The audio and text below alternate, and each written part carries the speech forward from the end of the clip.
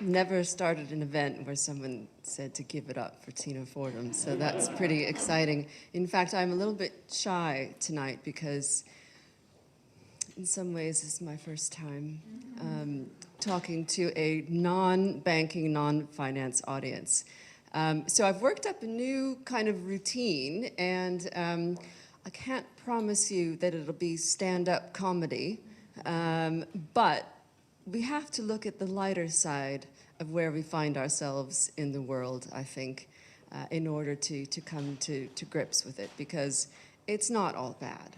I may not over-deliver on making you a happier person, but I genuinely believe, and it's very much part of my mission, that in the times that we're living in, having more realistic expectations of what can happen and kind of adapting ourselves is pretty liberating. Anyway, it works for me. I'm an anxious person, but once I've thought through and scenario planned absolutely everything that can happen, I'm very relaxed indeed. I also want to say, I think most of you are probably Trouble Club members, but if you're not, it is just the most brilliant thing to join. Really life-affirming and improving. I think, like a lot of people during the pandemic, kind of tried out a bunch of stuff, made some decisions, but Trouble Club I've been a member of almost from the start, and it adds a lot to my life. It is great to get these invitations that allow you to always meet someone. It's a little bit like being in church and shaking hands, having to talk to the person next to you. And I like learning stuff that I don't know about. So for example, maybe some of you will be coming next week to the talk Friday night in Queen's Park with the medieval historian. I'm unbelievably excited about that because it's just not my topic, and that's what's great. It's oxygen for the brain, and the Trouble Club is a great place to do that. Latecomers will be admitted. But thanks very much for coming. Roughly the format is, I know it's a little bit unusual, but because I have so many things I want to tell you about, I have got a few slides. Then I'm going to be joining conversation with Juliana, who has a background in economics. I normally speak to CEOs and boards, chief investment officers, but part of the impetus for this presentation to all of you tonight, and I'm very keen to have your feedback as well, is that after almost 25 years of talking to business leaders who have access to heads of state, experts on every topic, obviously read and are well-informed and well-traveled, I had a few epiphanies about under what circumstances people do take in kind of new information and when they don't, and how I think we can learn from that. So I've kind of combined my training in political science and international relations theory with cognitive behavior. And I think that's useful to many aspects of our lives. So a big preamble, which you'll forgive me for, but lately lots of people are sending me things like this. What wine goes best with societal collapse? It makes me laugh a little bit, but on the other hand, our society is not collapsing. So perspective is important. If it really gets bad, though, I would say don't be choosy. Any wine will do. The younger or more online among us will know the This Is Fine dog. This Is Fine dog became a francophone a couple of weeks ago. Now he's saying tout va bien. And this is a shot of diners during the protests in France over the last couple of weeks on pension reforms. They proliferated. They were eating very civilized meals with mountains of burning rubbish behind them. Now, we could think about that in a number of different ways, but this meme has become very popular. The dog saying everything is fine, flames all around him, and it adds to this kind of apocalyptic sense of the times that we're living in. It was sent to me most recently by a friend in the Silicon Valley because tech workers were getting laid off, and I said, I'm sorry, I don't think that the world is in flames because tech workers are getting laid off. But we're kind of amping up this whole sense of doom and destruction. And I think it's a bit misplaced, although I do admire people who, during mass unrest, will still not pass up the chance to sit outside and, again, enjoy a refreshing beverage. Now I need to make sure that this video loads. So push it again. I have a lot to say about politics. Some people don't want to talk about politics. They're like, NATO, why do you got to talk about politics? What do politics have to do with me? I'm not an immigrant, or a black person, or a Muslim, or a Jew, or a gay, lesbian, bisexual, transgender, or a woman, or an old person, or a young person,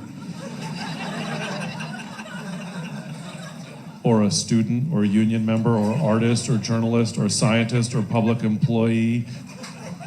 I don't breathe the air or drink the water. I don't live in a coastal region that'll be affected by sea level rise or an arid region that'll be affected by drought or fire. I don't like chocolate, wine, or coffee or other commodities that will no longer be available due to climate change. I'm not mentally ill, pregnant, disabled, or currently being shot at, so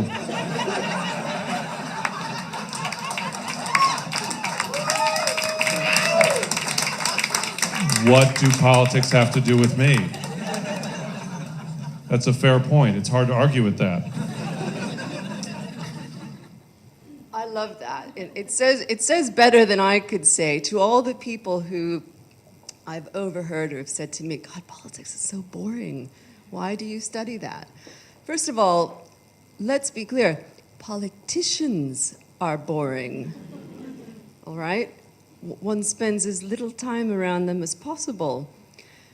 Politics is a system for understanding human behavior and, by extension, one way that the world works.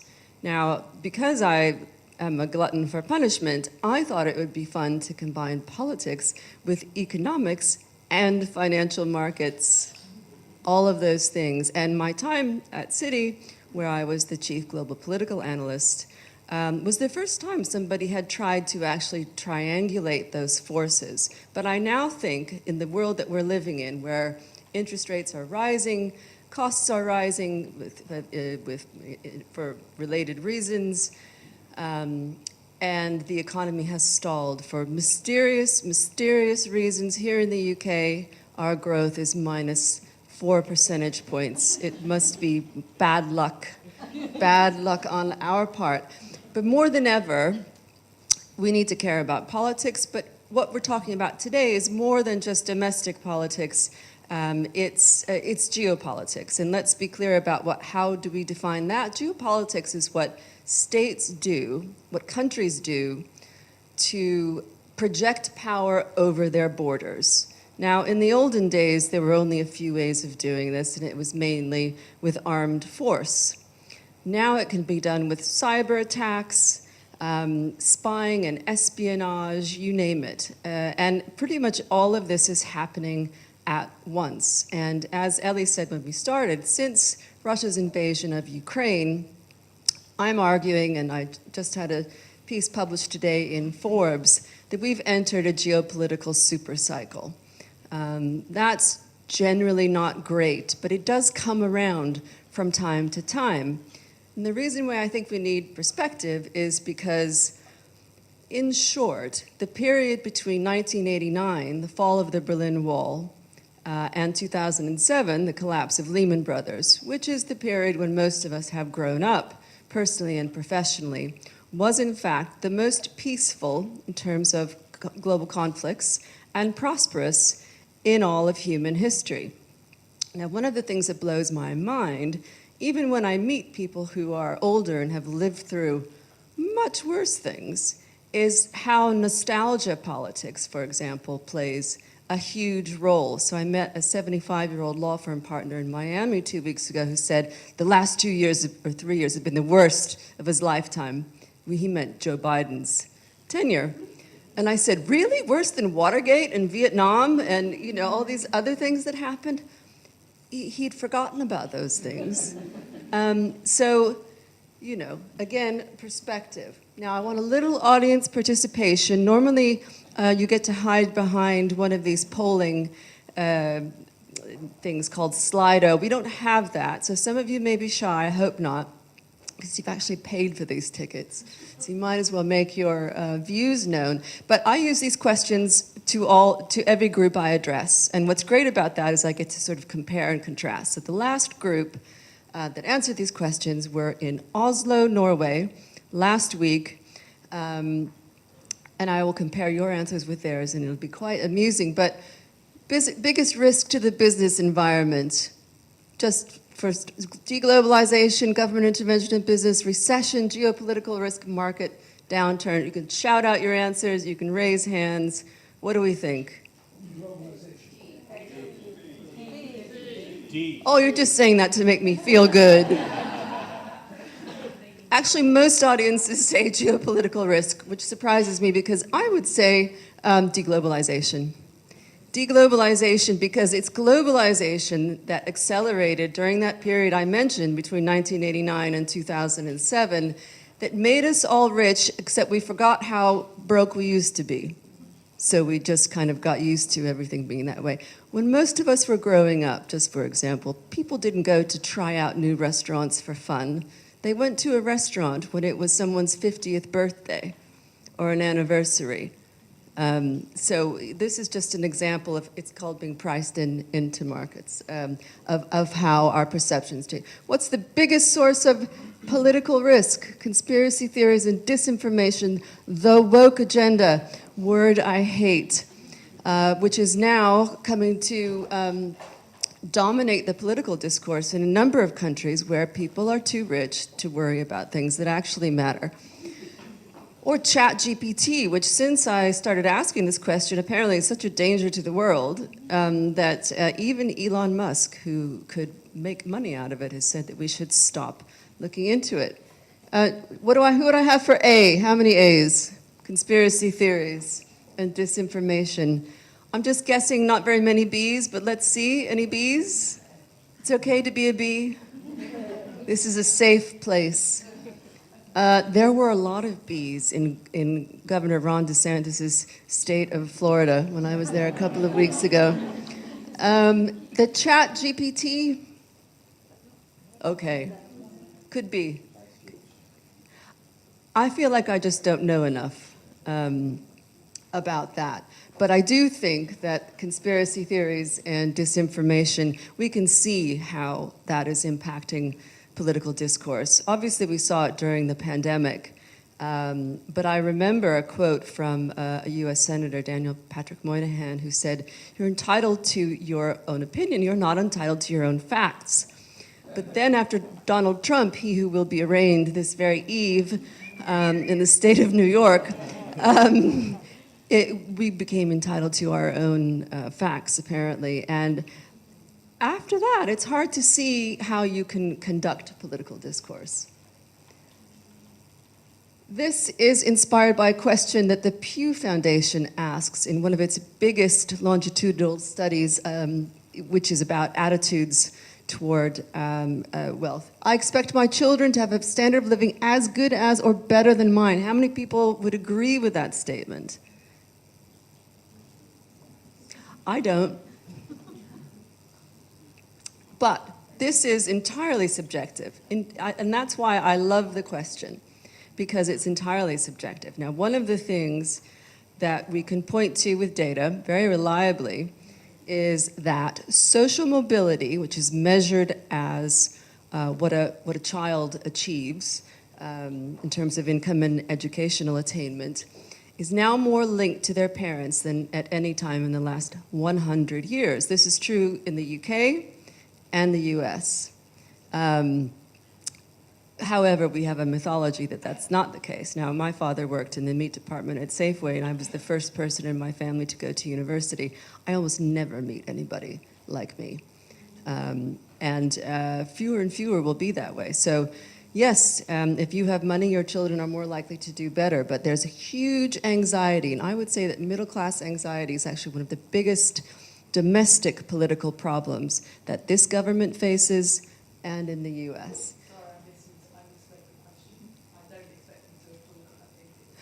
but what's interesting about the question is that we make a lot of choices on the basis of the way we answer that question. So again, there's no right or wrong answer. This makes people laugh. And again, it is drawn from Gallup polls. I have faith that my government will ultimately do the right thing for the good of the country. Anybody agree with that? I'm Norwegian.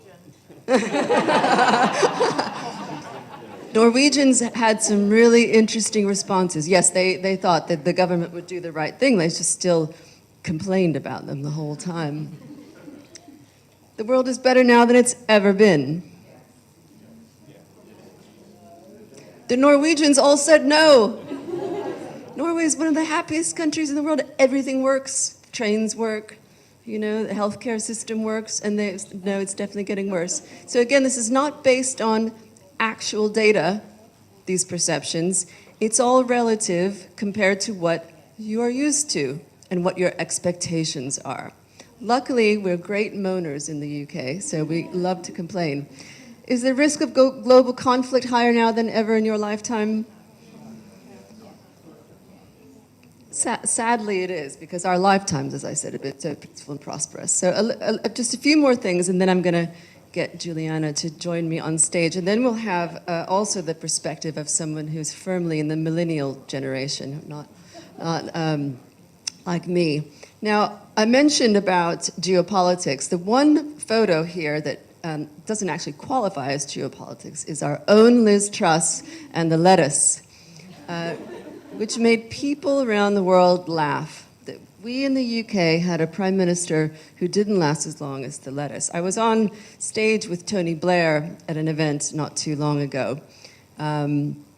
After the death of the Queen and all the prime ministers and all of this, he said that he had visited Africa with his foundation, which does a lot of work, a lot of development work, and the African leaders greeted him with pity.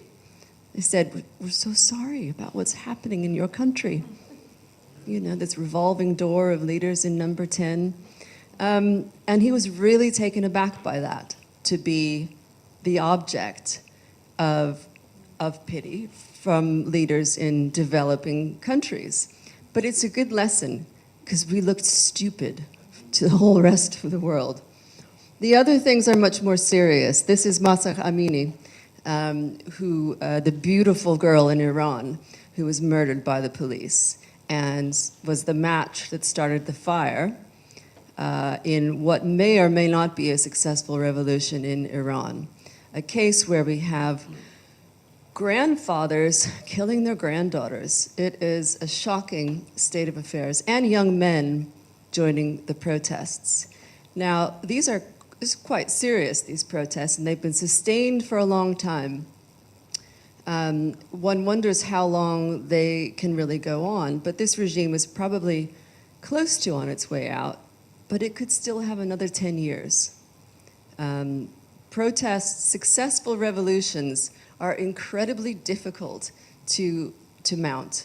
They rarely happen, and we only have to look at Tunisia, for example, which was the kind of only successful example in the Arab Spring. Ben Ali is gone, and his tigers, I guess, have been set free, his pet tigers, but they are backsliding into authoritarian or semi-authoritarian rule. So political change is a stop-start, non-linear affair. Putin and Xi met in Moscow last week.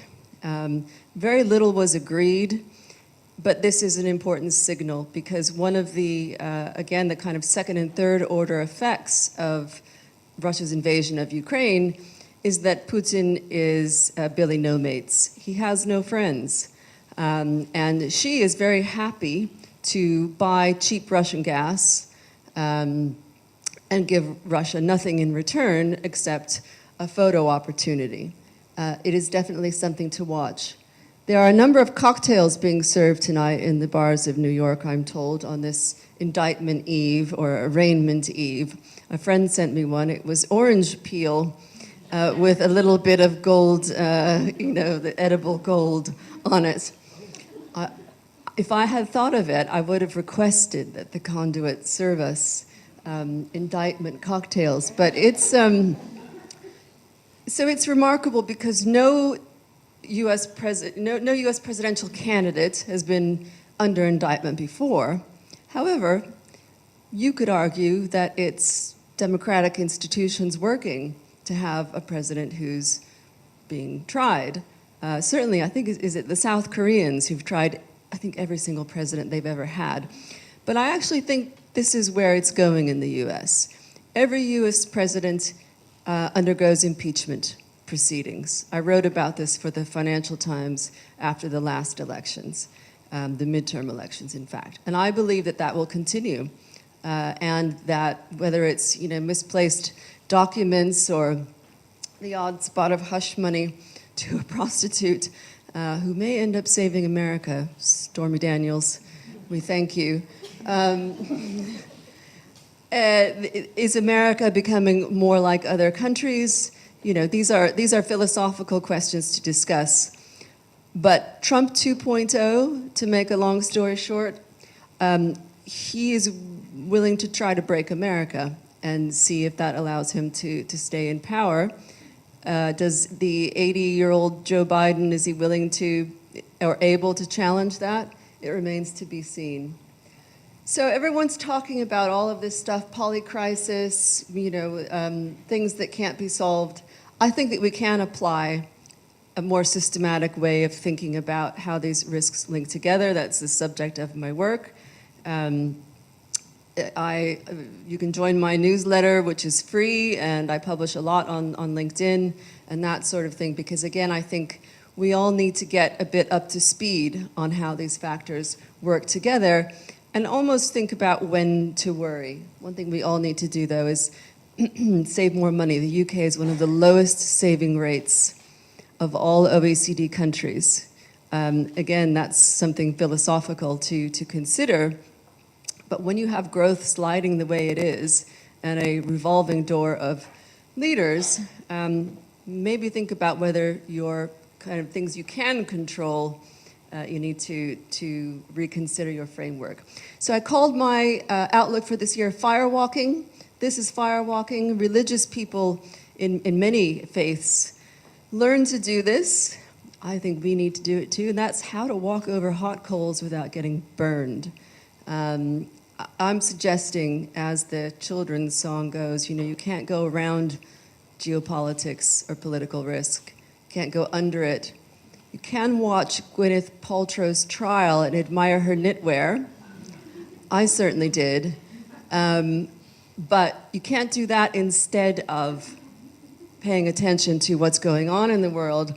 And if you have been able to do that thus far, maybe look at geopolitics as a hobby, that's because you've had a very stable and privileged life. Because I can tell you, in the world, people are very aware of what's happening. It is an affluence factor. I like to talk about the zeitgeist. I think we need to learn to be zeitgeist parents, zeitgeist board members, meaning the spirit of the times. Germans always have such great compound words. The spirit of the times. I borrowed this from a Harvard Business School study that observed that the best CEOs were those who managed through the particular challenges of their time the best, not that delivered the most earnings per share or the most products, but who managed through the particular challenges of their time. Now, for CEOs now, that means everything from sanctions to Black Lives Matter to the kind of pushback on woke to ESG. And I can tell you, because I guess it's one reason why I'm busy, it's a struggle. Nobody is trained on how to do this. Just a couple more points. Low trust turns out to be one of the biggest determinants in the kind of disarray and dislocation that we talk about. I was astonished to see some new data today, that just said that people in the UK, only 30% have trusted institutions. Now, this is remarkable because it is much lower than, say, Brazil, and kind of close to around Zimbabwe. So we're really not as bad as that, people. But what is going on is the sense of going backward. And one of the things that we know in political science is that when there's momentum, people are poor but getting richer, they feel very optimistic, even if they're still poor.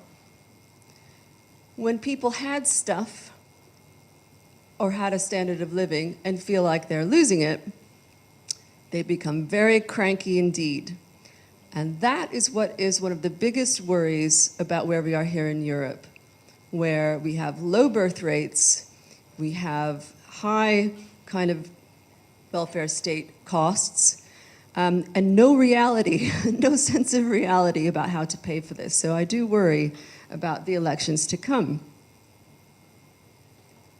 I said that already. These are my top themes. I suggest you have a look on the website. I said it's the end of Brexit and cakeism in the UK, but I was with one of the advisors to the government talking about Brexit. He said it would take 15 years for the state of the debate to really change and for kind of a closer relationship to develop. And I told him point blank, we don't have 15 years. Last point, we have a mega year of elections in 2024. And what happens this year, whether we go into recession, whether we avoid recession, whether the Russia-Ukraine conflict gets worse, whether there's another OPEC cut, as we just saw, which is going to put prices back up again, it's going to affect how people vote. Billions of people are going to the polls in 2024. You sadly will have to hear most about the US elections, and toward the end of next year, our elections here in the UK, which the Conservative Party is optimistic that Rishi Sunak will be able to win. I'm not holding my breath, but then again, Keir Starmer knows that every word he says, he starts to lose points in the polls. That's just the law of gravity for all politicians. So if you wonder why he's not saying much, it's just not in his interests, because he'll just lose people. So we're going to have, this shy candidate from Labour, and Rishi Sunak, who manages to seem like a CBeebies host during most of his press appearances, bless him. So I'm going to end with this quote, one of my favorites. My French friend here in the front row will tell me how I've not got it quite right. Hopefully, Elise, you'll tell me afterward, not right now. But it's Louis Pasteur, the scientist, has taken Virgil, who said, "Fortune favors the brave," which has always been one of my favorite sayings, and added on, "Chance favors the prepared mind." And this is really what I'm suggesting when I say it'll make you happier. When I'm in boardrooms with people who are shocked at what I have to say, and they say, "Well, that's so depressing," I think, I've just done you a big favor. Catch up. You need a reset in your expectations, because if your expectations are that nothing will ever go wrong and, human life is continuous progress, I have news for you. We're just as nasty and brutal as we ever were. We have control over some things and not others. Geopolitics has been treated almost like a driverless car. It is hard for us to have control over that. But we can take a bit more interest so that our politicians can't say to us, as they say in America, well, no one can find Ukraine or Moldova on a map. So, Juliana, come on down.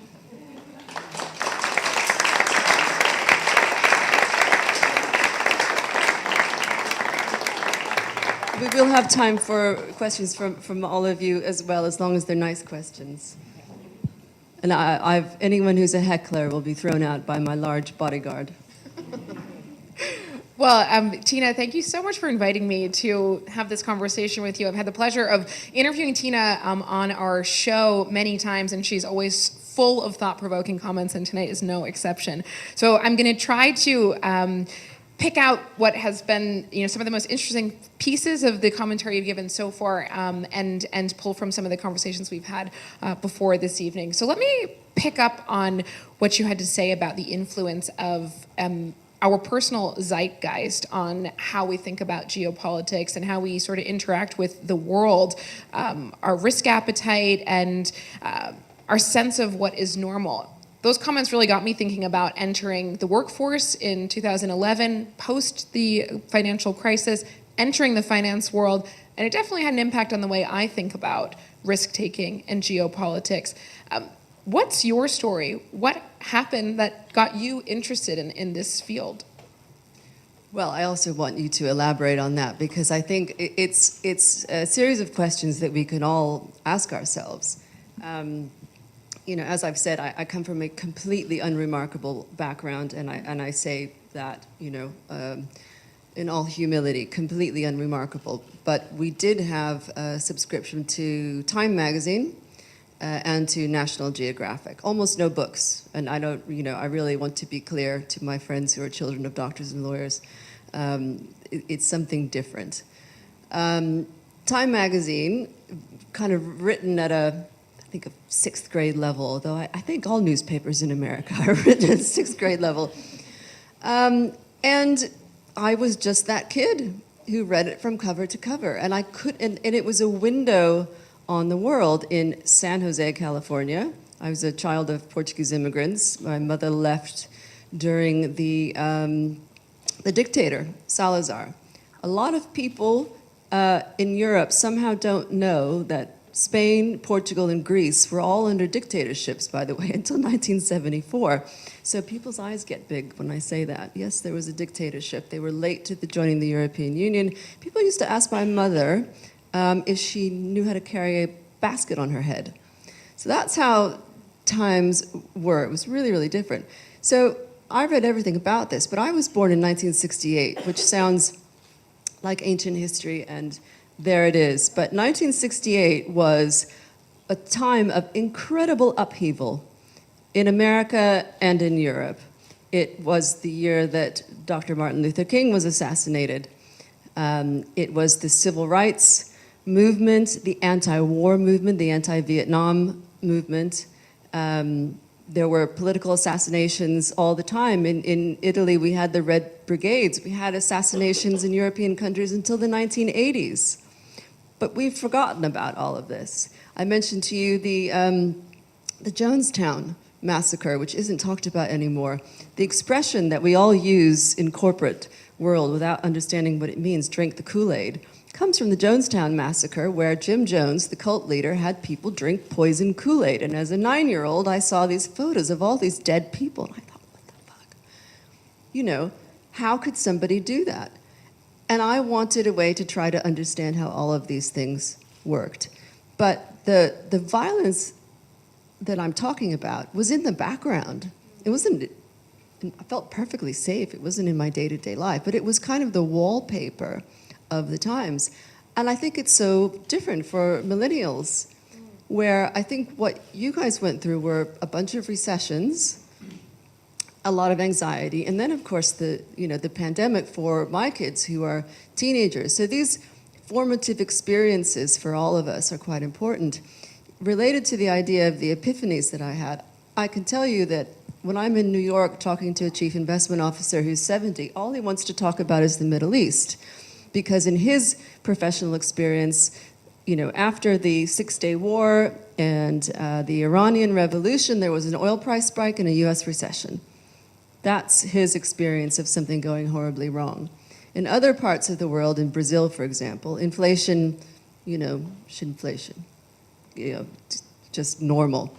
Our mutual friend Jumana growing up in Lebanon, those people know about political risk, right? But if you are American or British, your life has been kind of politics-free for quite a long time. Until 2016 for Until for many 2016, people. from the orange one, yes, and the Brexit vote. It feels like 2016 was a real turning point, thinking about life as a journalist. CNBC is a business channel, and until 2016, it was all about stock charts and technicals and fundamentals of markets. And then in 2016, it was the first time that we really had to incorporate politics into the business world. I mean, you actually foresaw the 2016 election result through the work that you did in 2013, 2014. I'm curious, based on the work you're doing now, what kind of things you're anticipating in the years ahead as we look to 2024. You mentioned that, obviously a huge year for elections across the globe. Yes. Listen, part of what I'm trying to say is that you've got to be able to imagine change before you can prepare for it. And that's where the notion of recency bias and normality bias come in. And this is just human behavior across the board. We expect things to continue more or less as they have, indefinitely. And they don't. It doesn't happen that way. And it's going to be a shock to a lot of people if there are bigger changes.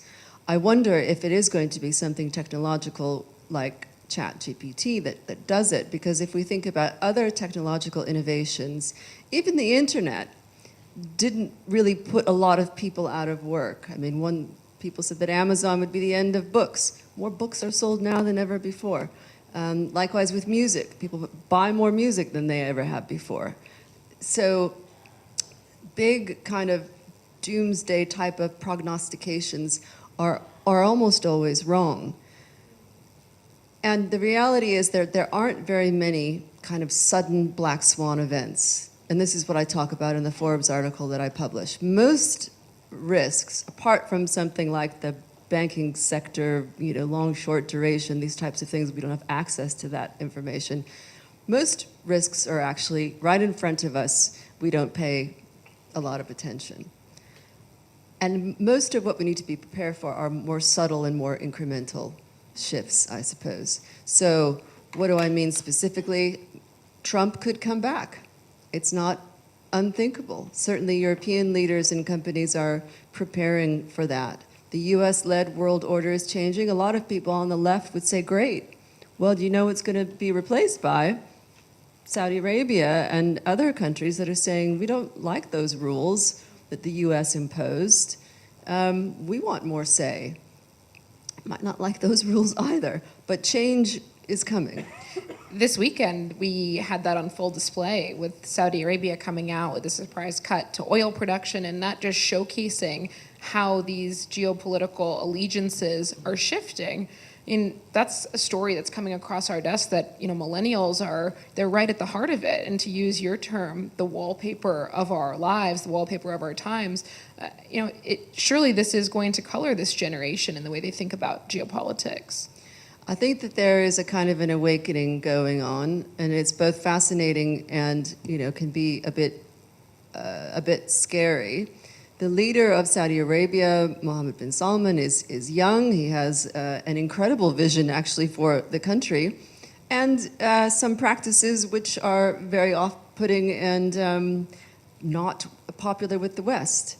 But if we look at groups of countries where we see some of the changes we're talking about, look at Israel.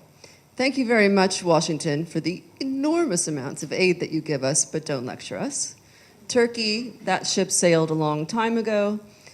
Brazil with Bolsonaro, who then went and hung out in Florida for a few months while he made up his mind. So democratic backsliding is one macro phenomenon that we can talk about, but also the sense that Washington has any say. And we can probably link that back to the war in Iraq.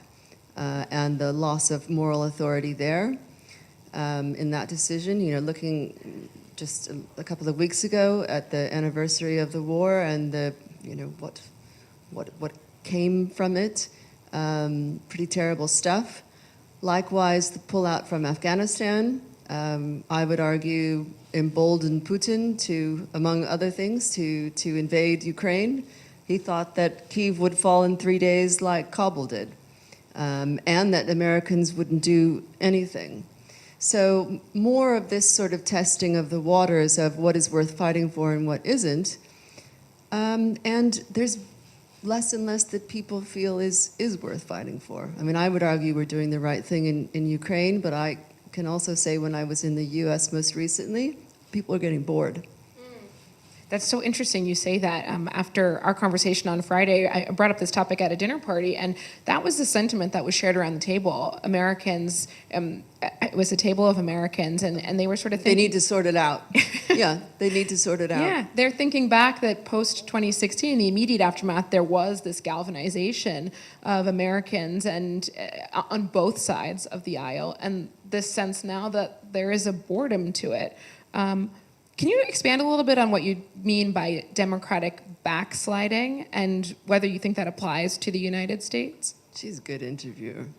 You're supposed to be softball with me. Yes, so what does democratic backsliding mean? Obviously, I mean small d, and what are sort of democratic institutions? It's freedom of the press, human rights, respect for human rights, due process. One of the areas of low trust that alarms me the most, though, and we see this playing out in Israel, is the independence of the judiciary. Why does that matter? It all sounds very academic. Having an independent Supreme Court, lots of debate in the U.S. after Ruth Bader Ginsburg died, and should people stay on that long? Put that to one side.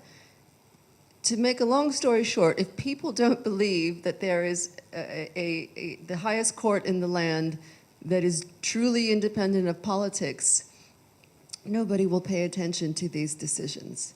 And when the Supreme Court reversed Roe versus Wade, just for context, it was the first time in American history that a constitutional amendment was reversed. And so, quite rightfully, black people said, oh, so what about segregation? And people on the right started to say, oh yeah, we don't like that one either.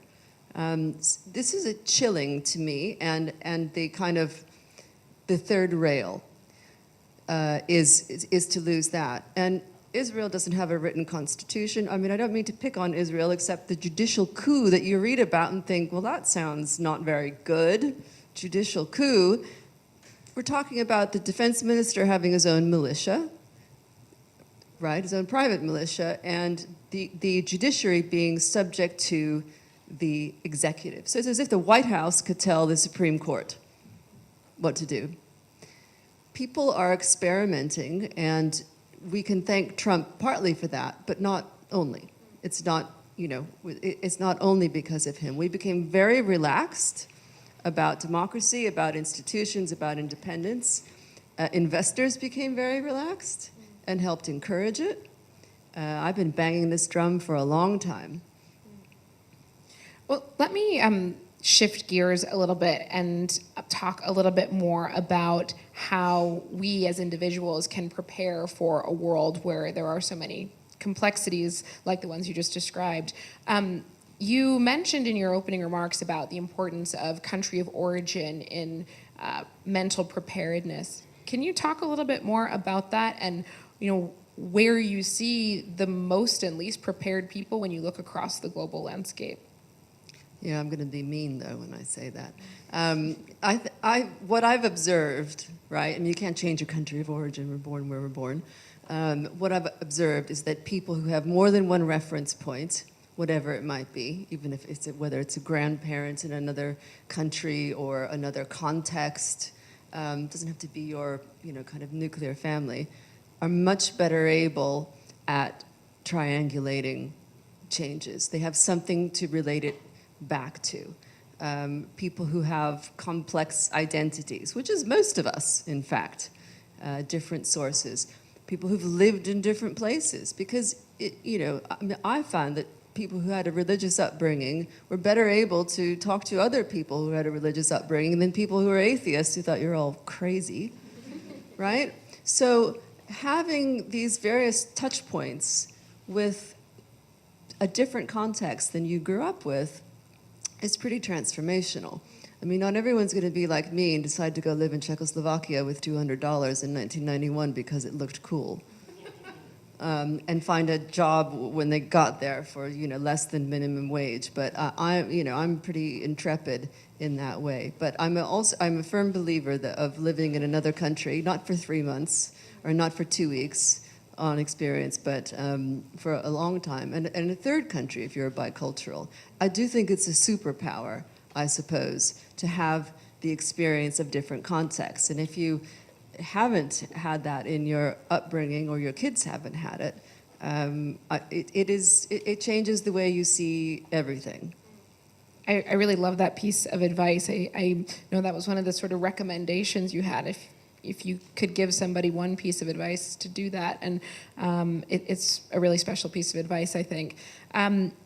What about your comments about people who've grown up in countries where they simply weren't afforded the luxury of not caring, of not knowing what was going on politically, of not knowing what was going on with their currency? Yeah. Well, one of my favorite examples when I talk to kids, who aren't interested in markets, like my own children, can't see the points of it. I remember that, I was in New York for 9/11, during 9/11, and all of the global exchanges were closed. Right, you remember this. So where did they set the dollar price on the 12th of September? In the Grand Bazaar in Istanbul, where they had been setting the currency prices for 1,000 years. So they didn't need Bloomberg terminals and all of this stuff, but someone has to work out what the exchange rate is. Now, to me, that's fascinating. If you are in the Middle East or Africa or Asia, everybody knows how much things are worth, and they know at least another exchange rate or another language. It's just us in the Anglosphere who live this way, and it's a luxury, and I now think it's a hindrance. Such an interesting way to think about it.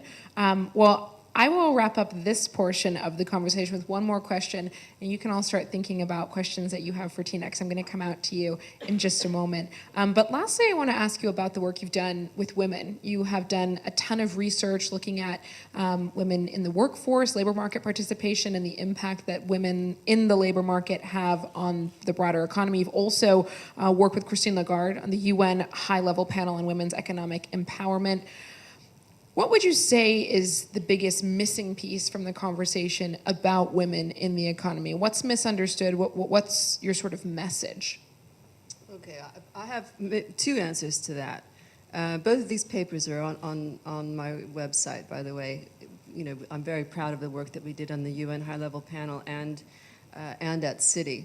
The first one is, I was asked by my boss at the time to write something about women. And I thought to myself, well, apart from being one, I don't know that, this is my specialization. So I got to work thinking about how I could cover that with some kind of credibility. And I came to the work that was done by Hillary Clinton's office when she was Secretary of State. And she had a chief economist, Heidi Kribo-Redeker, who had started this work on, in a nutshell, it was the idea that the impact on the global economy of women in China alone, right, coming into the workforce, was going to boost the global economy by more percentage points than certain tech inventions or other things. And I thought, if that's true, why isn't everybody talking about it? This is the kind of women as the new emerging market phenomenon. I don't have time to go into it too much here, but what I found was that there's a lot of resistance to this idea because the assumption is that somehow that the economy is a zero-sum game and there are only kind of certain number of jobs or something like this. But the pretext of this work was simple. It wasn't that all women should work. All women can't work. We have unpaid care responsibilities, or some women don't, all kinds of reasons. But if you make it easier for those women who want to work to participate in the labor force, and that means everything from having buses so they can get there, to changing some laws so that they can have a bank account. Many countries don't allow that.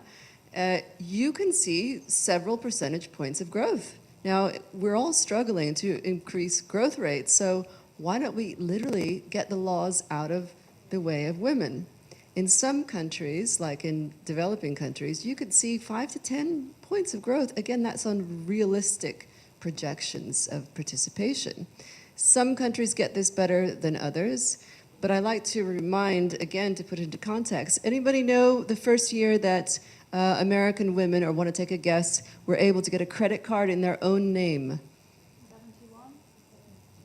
74. And that was because of the number of U.S. Servicemen missing in action in Vietnam. They hadn't come home. And so these women, their wives, literally couldn't use a credit card. So we're not as advanced as we would like to think on this front. And Swiss women did not get the vote until 1974. They were the latest, though. So there's unlocking the power of women can improve everyone's lives. Women also spend money on school books, immunizations, things that add to the community as well as that. And so I think we have to give the conservative government credit for kind of finally getting this when it comes to the child care provision that came about, because instead of treating it, in this country the debate is always that increasing child care provision will be like a gift to university-educated women. It just put more money in the chancellor's pockets. We really have to stop thinking this way, that it's a sunk cost rather than an investment. Well, super interesting. So much to pick up on. I will open it up to the audience. We've got one question already, so let me go. I have one question for Ellie. Is the bartender coming? Why Is he coming with indictment here? cocktails? Because my suggestion was going to be that we take a few questions, and since there was meant to be a bartender here, I missold you. We could have a glass of wine to cheer ourselves up from all this, but you're all feeling better. Okay. And please, could you identify yourself when you, who's got the mics? Okay. I think that was the first hand that shot up in the back there on the right. Yeah. We're having women ask questions tonight as well.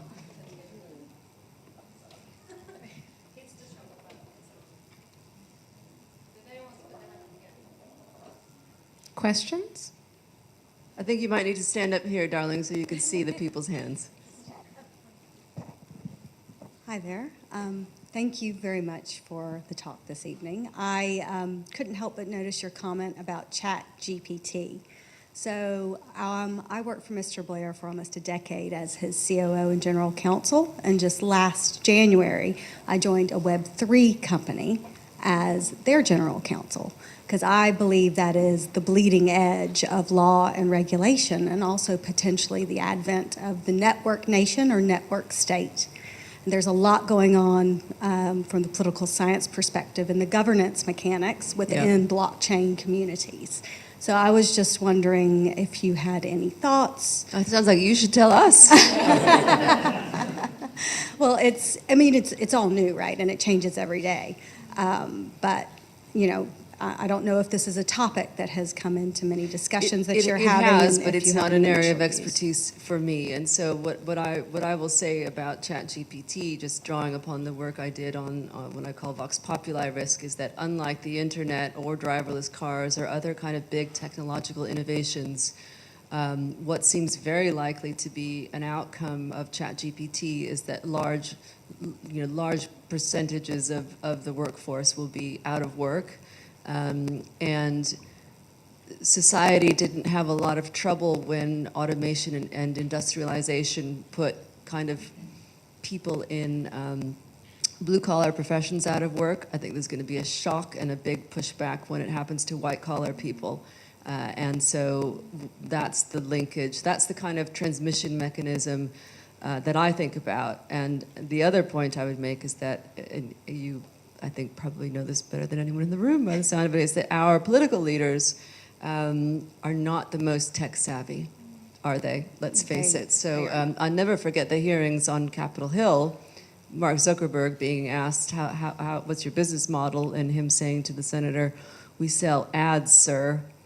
I hope things have advanced since then, but when you have a gerontocratic, leadership regulating tech, I do worry about the potential for disconnects there. And so I hope the leaders of these companies, well, right now they're fairly self-regulated, aren't they?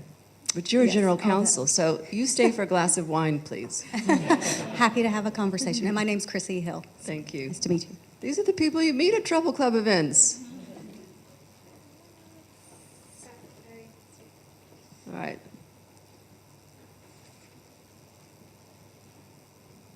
Just up here. All right. Gotta be quick. I'll be quick. Hi, I'm a journalist and filmmaker. I'm going to ask you something that I really don't know so much about. It's the Chinese, because you're talking about deglobalization being such an important thing, which obviously was so linked to China. Do we need to, are China a bigger threat than Russia, as a lot of us presume, or do we need to rethink how we're dealing with China? So if we take how in this country, in the UK, we are thinking about China and Russia, we've just elevated China to a hostile power in the IR review, and you can see that online. That is one of the byproducts of Russia's invasion of Ukraine, which is to say, we had placed a lot of trust, we, the Western world, in leaders to kind of play by the rules because of their economic linkage with the West.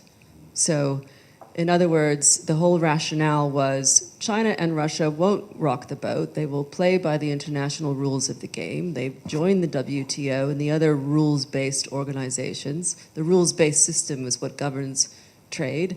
And therefore, the stakes are too high to take really hostile action. Well, Putin showed that he was willing to do that. Chinese have been doing this basically with espionage and every type of spying activity, below radar things, mainly, but not only, for a long time. But at the same time, Europe wants China's trade, and they want commerce. And so this is the difficulty for Europe and the decision ahead. Is it possible to do business with China without kind of feeding the beast? And it's a big question that I would say that European leaders haven't decided yet. They have decided that they can't allow things like certain types of technology because those are too dangerous. We're going to see a lot more government intervention in these kinds of deals. But I think that when it comes to trade and the economy, and yes, China is a bigger threat, but Russia is more willing to use unconventional warfare in a way that could impact us here in Europe. What worries me is something like an accident at the Zaporizhia, nuclear plant that is blamed on Ukrainians. Plausible deniability is always how Russia has worked.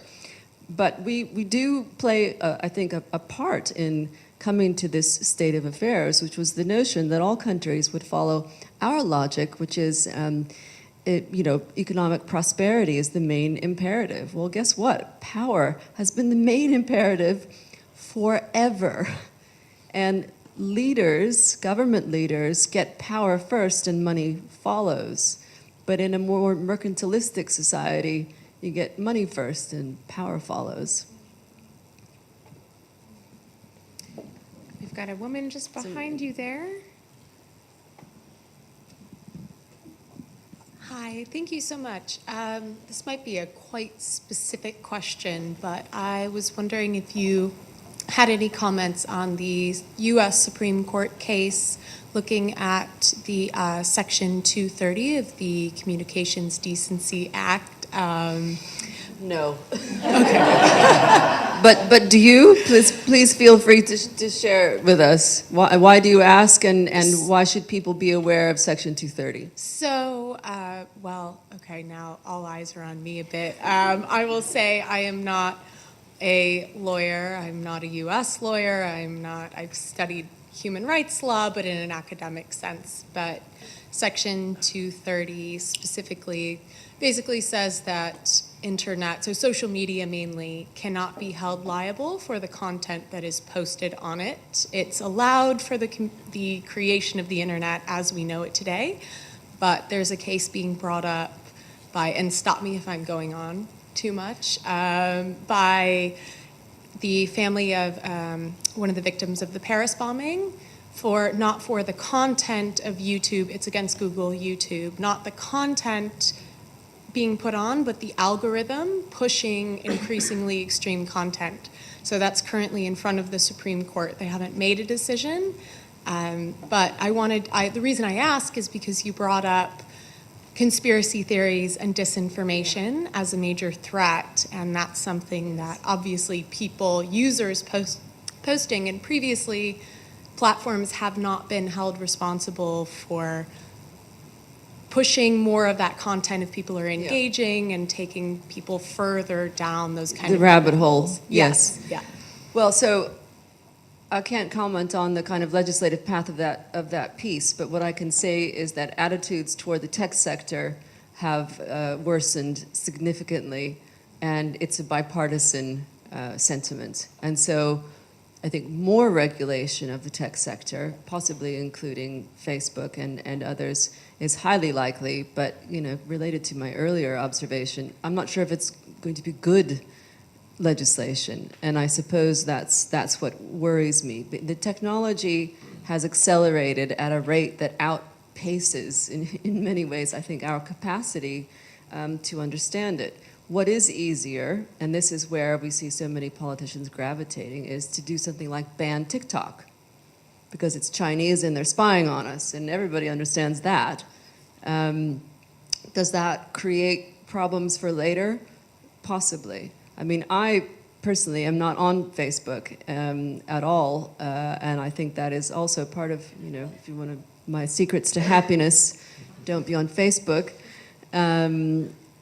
But more and more people are realizing this. What happens in the election will be something to watch. It's incredibly difficult, and we see this with Elon Musk and Twitter, though, to control content.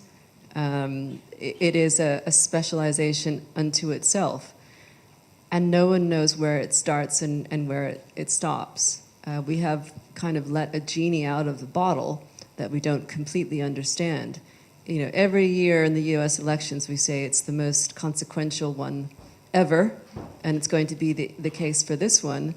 But it really is going to happen here. Whether they stop those algorithms or change how they work or ban them outright, it's a big question. It is a lot easier to ban stuff, ban teaching history, ban books in libraries, right, than to get a handle on these more complicated things.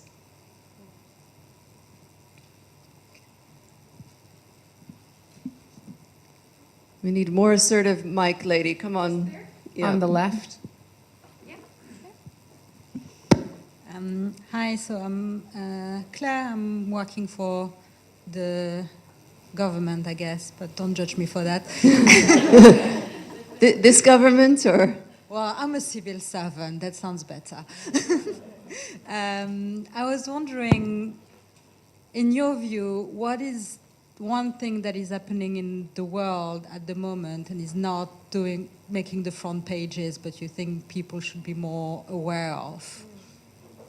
So this is one of the questions that I get asked all the time, almost every time, and it's part of the reason why I, wrote in this piece for Forbes that I think most of what we need to be concerned about is in the papers. It is out there, unless someone's deliberately hiding it from us. There are very few black swans. Lots of people read Nicholas Nassim Taleb's book about black swans, and somebody else decided to use a different kind of animal. Is it white rhinos? And I think there's even another one. These things that come from out of nowhere. There aren't very many things like that, but this is where the boring parts of politics come in, which is like the furniture. We don't invest in, the railways, and then we're surprised when bits fall off of them. Bridges and infrastructure and things like this. So I don't, think that a sudden event, apart from a natural disaster, is going to be it. I think it is the things I've talked about in this presentation, which is the fact that we've normalized and got used to things like the pace of climate change and feel both neither a responsibility nor a sense of control over what to do. I mean, apparently we're getting to this place where in a few years' time we won't be able to stop the progress.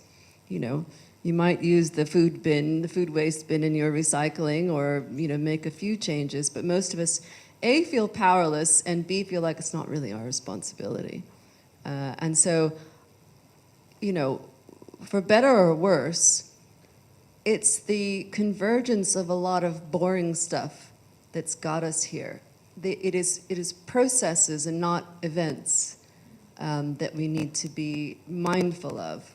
And yet it's events that capture our attention, whether it's news or otherwise, right? Because they make us sit up and take notice. Most of us are just trying to get, you know, go about our daily business. We've got one in the second row up here, this woman. Growing up in the 80s, everyone used to ask me what my 5-year plan was.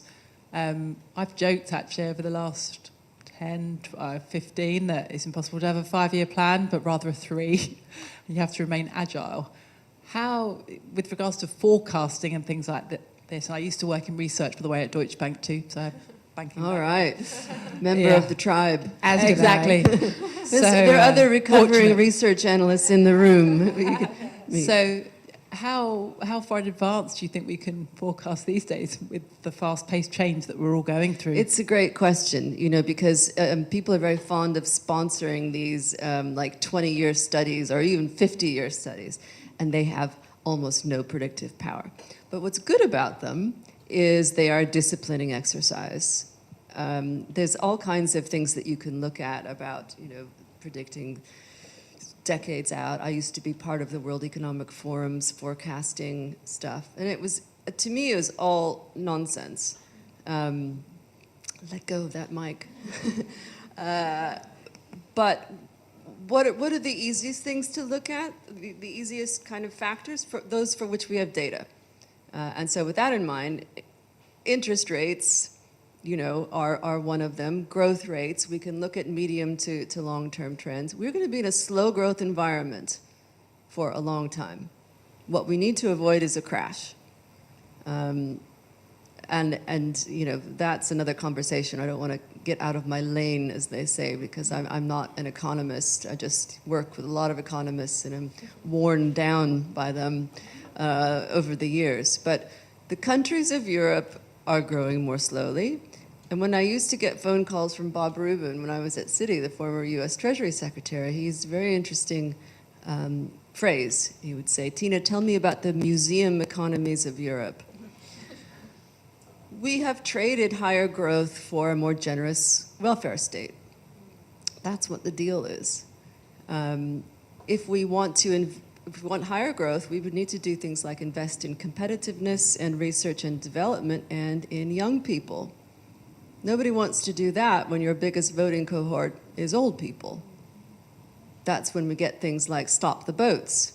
Do you know where stop the boats falls on the list of things, the small boats, that matters to the British voter? It's like 4th or 5th. But it's a lot easier to say we're going to stop the boats. So what is it, the Serenity Prayer that says, God grant me the wisdom to accept things I cannot change?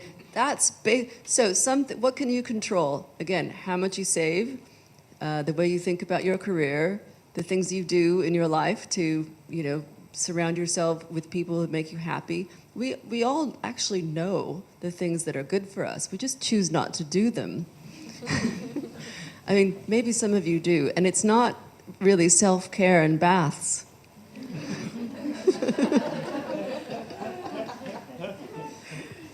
So great not talking to portfolio managers.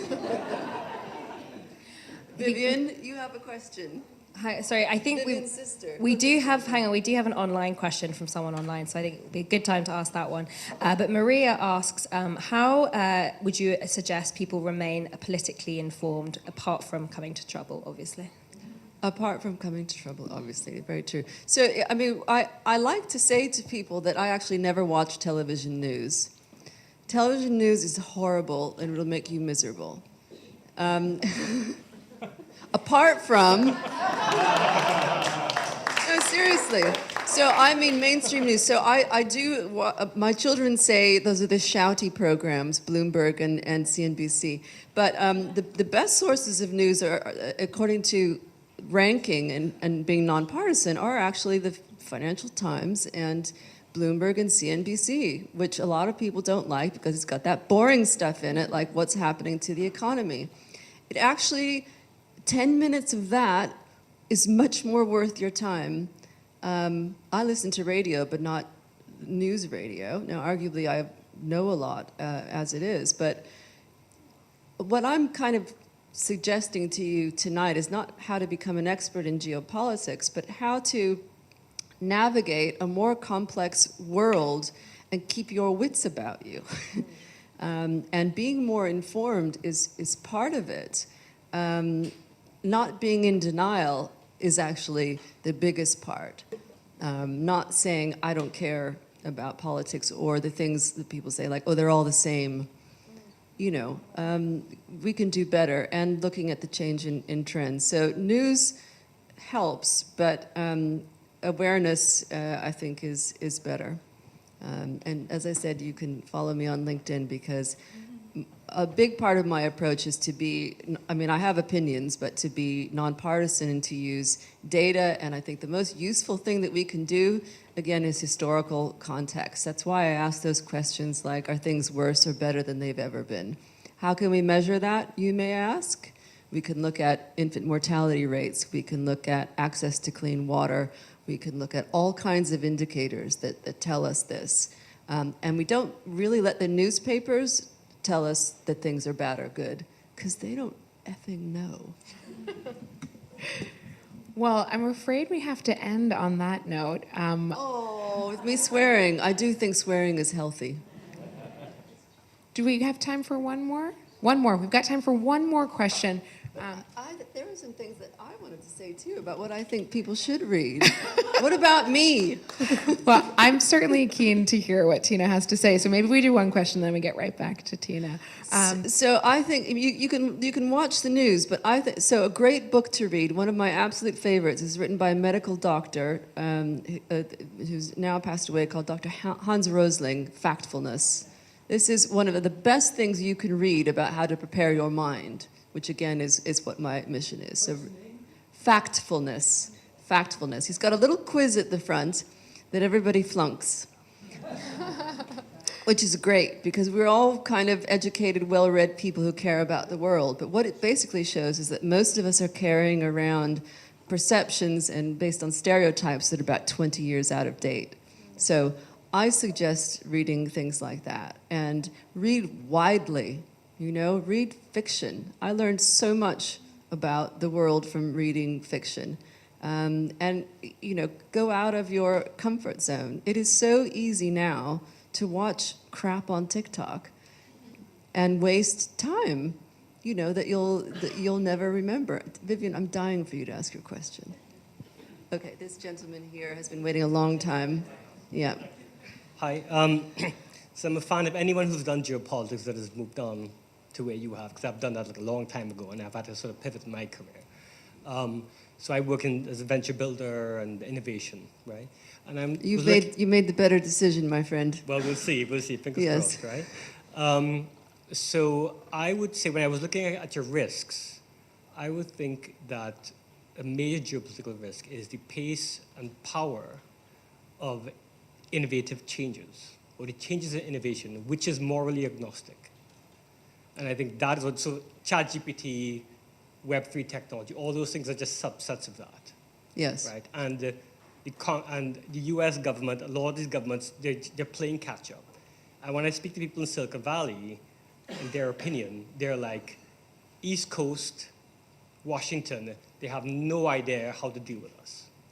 Well, and you know what? When Silicon Valley Bank went bust, it didn't help them very much in their sort of fight to be seen as the coolest, cleverest kids in the room. It's set up a lot of tension. But this has been a common theme from all of you. And noticeably not covered in depth in my presentation because it's outside of my expertise, but the intersection between geopolitics and technology is the next frontier, and we need more people advising government about what to do about it. Because as I say, what do we see? We see blanket bans. We see, the CHIPS Act in the United States, and various types of re-onshoring, which I don't know, but sounds to me like a 1960s answer, to a 2020s problem. And this kind of fragmentation between the policy establishment and innovation, it doesn't have to carry on this way, right? I mean, we can improve the communications and the linkages. And the other side of it is, if we think about Silicon Valley, which happens to be where I was born and raised, all of that innovation came a couple of decades after the defense technology that was there in World War II. And likewise, the innovation that is on the one hand being spurred by the conflict in Ukraine, although we're using tanks, but where there's more investment there, plus the Web3 and the other things we've discussed, in a positive scenario could be a huge source of growth and opportunity, but not if we're educating ourselves for the 19th century, speaking for myself. What a great conversation, but what about are we all finished? I'm getting the signal that we have got to break for drinks. Okay. So hopefully you can stick around and come and we chat can to stick Tina around for drinks, yeah. a little bit more. Okay. But a huge thank you for having me up here with you, and a huge you. thank you, Tina, for this conversation, and to Treble Club. What a fabulous evening.